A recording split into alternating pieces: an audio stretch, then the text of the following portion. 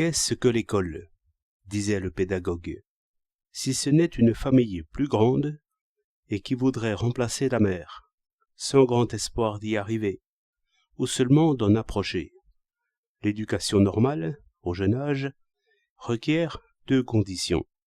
La première, c'est que la mère ait le loisir d'instruire son enfant. La seconde, c'est qu'elle en soit capable. Nous autres, en attendant, nous recevons délégation du père et de la mère, et il nous faut aimer 50 mioches comme si nous les avions faits. Il y a de l'artificiel, de l'abstrait et de l'inorganique dans cette institution, qui sans doute disparaîtra par l'effet d'une meilleure économie et d'une meilleure sociologie. Ainsi essayait-il de coudre les nouvelles idées avec les anciennes. Mais le vieux sociologue secouait la tête et lançait des étincelles par ses lunettes. « Observons, dit-il, ne construisons pas. Je ne crois pas qu'il y ait tant d'artificiel et d'inorganique en vos écoles, et je n'aime pas trop non plus qu'on cherche en quoi une institution ressemble à une autre. Je penserais plus volontiers que l'école est une chose naturelle, non moins naturelle que la famille, et très différente de la famille, de plus en plus à mesure qu'elle développe sa perfection propre. Tout est du même fil, je vous entends bien, mais cette humanité scolaire me paraît arrangée et tissée autrement. Dès qu'il y a plusieurs familles en voisinage et coopération, le groupement des enfants d'après l'âge se fait de lui-même pour les jeux. Certes, le groupement familial, avec ses petits et ses grands ensembles, et cette distribution naturelle des pouvoirs et des devoirs, est quelque chose de beau et que rien ne peut remplacer. Ici est l'école du sentiment. Ici joue le dévouement, la confiance, l'admiration. Les garçons imitent le père, et les filles imitent la mère.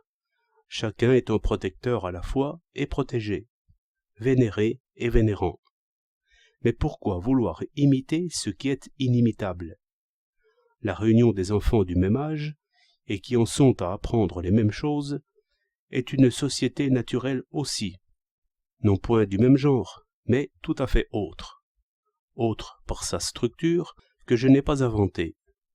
Pourquoi voulez-vous qu'aller à l'école, ce soit moins naturel que d'avoir 2 mains, une oreille musicale et des yeux sensibles au relief et aux couleurs?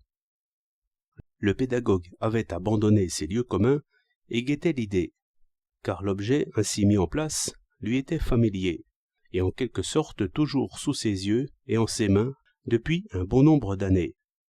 Mais l'autre, forte tête, apportait dans l'entretien cet esprit d'ensemble, qui fait paraître les différences.